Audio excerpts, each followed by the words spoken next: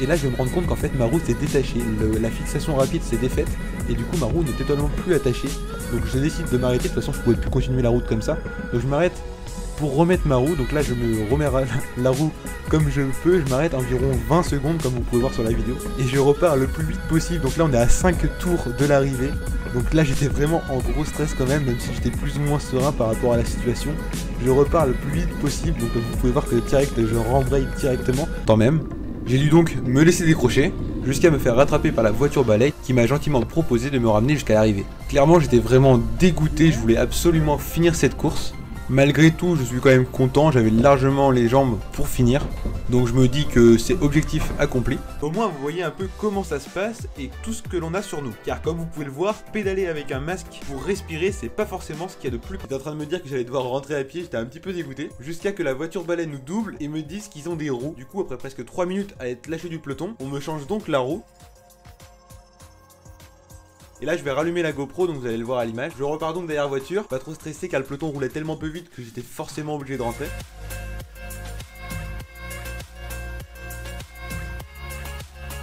Au milieu de la route où il est tombé un peu tout seul dans cette ligne droite, je ne sais pas trop comment.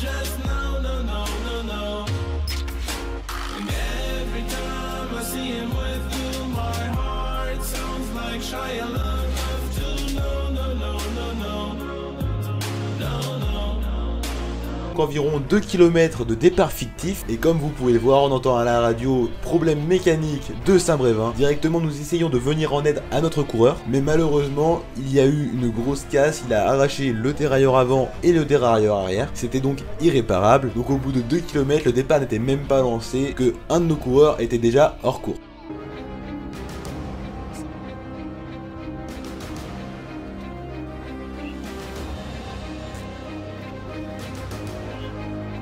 A partir de là, un long périple commence pour le ramener dans la file des voitures.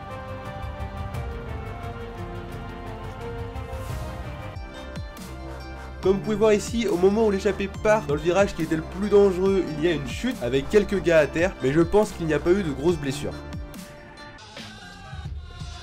Du coup pendant presque une demi-heure, la course a été arrêtée. Alors on a continué à tourner doucement, ou certains se sont arrêtés carrément, pour qu'après une demi-heure de pause, la course reparte, et il restait donc 1 heure de course. Donc si vous imaginez bien la chose, nous avons fait une demi-heure de course, une demi-heure de pause, et on repartait pour 1 heure de course.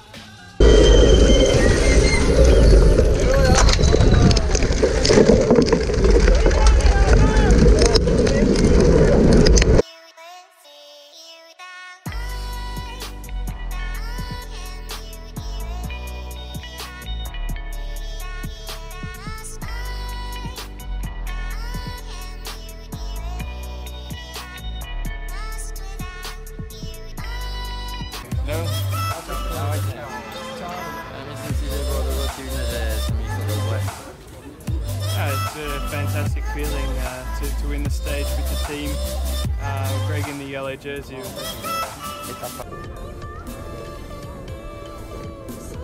Et là je vais décider de passer au milieu, sauf que malheureusement il se referme sur moi donc je ne peux pas passer, donc il faut que je passe à droite. Et du coup j'ai perdu pas mal de temps et heureusement Baptiste se relâche un tout petit peu avant la ligne des barrières. Mais en même temps c'est passé, j'ai eu de la chance, voilà. J'ai pu gratter pas mal de places et je me place donc 25e de cette course. C'est clairement moins bien que la 15e place que j'ai pu faire sur le critérium de Saint-Jean-de-Mont.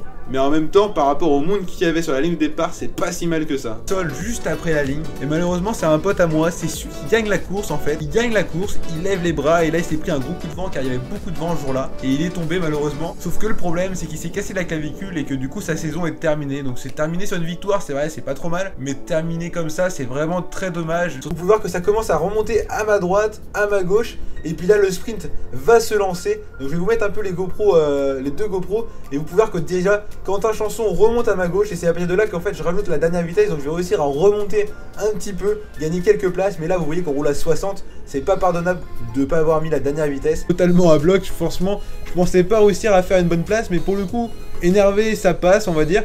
Je savais qu'il fallait prendre le virage en tête pour gagner. Et là vous pouvez voir qu'il y en a un deuxième qui me passe juste avant le virage. Donc du coup bah avec 2 mètres d'avance, bah ils vont me battre tout simplement. Et je me place donc à la 4ème position. Donc oui c'est un petit peu chiant, c'est au pied du podium. Mais en même temps je méritais pas beaucoup mieux.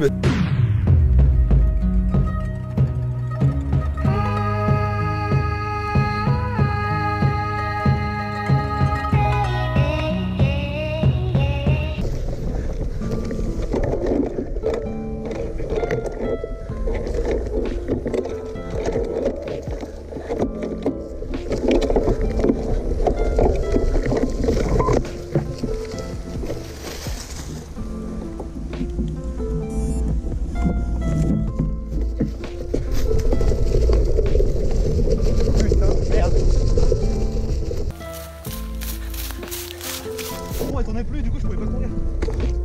Vas-y. Si, mais non, mais je te donne un... C'est quoi le problème? T'as rien la chaîne, c'est une chaîne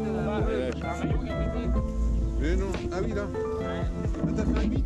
Il n'y aura pas beaucoup d'images de la course, mais comme vous pouvez voir ici au départ, j'ai la vitesse qui a sauté à cause de la nouvelle chaîne. Et bon, les pattes sont bien passées, parce que on va dire par rapport à... vous allez voir ici, je vais tomber tout simplement assez violemment dans le dévers. Heureusement sans me faire de mal, mais je vais perdre encore 2 places ici. Le deuxième drame qui va m'arriver dans cette course, je suis donc tombé aux planches juste après avoir attaqué. Donc là j'étais vraiment à bloc en fait, je suis arrivé peut-être un peu plus vite. Et mon deuxième pied a tapé dans la planche, je suis tombé à plat ventre, je me suis fait plutôt mal. Vous allez le voir à peu près maintenant à l'écran.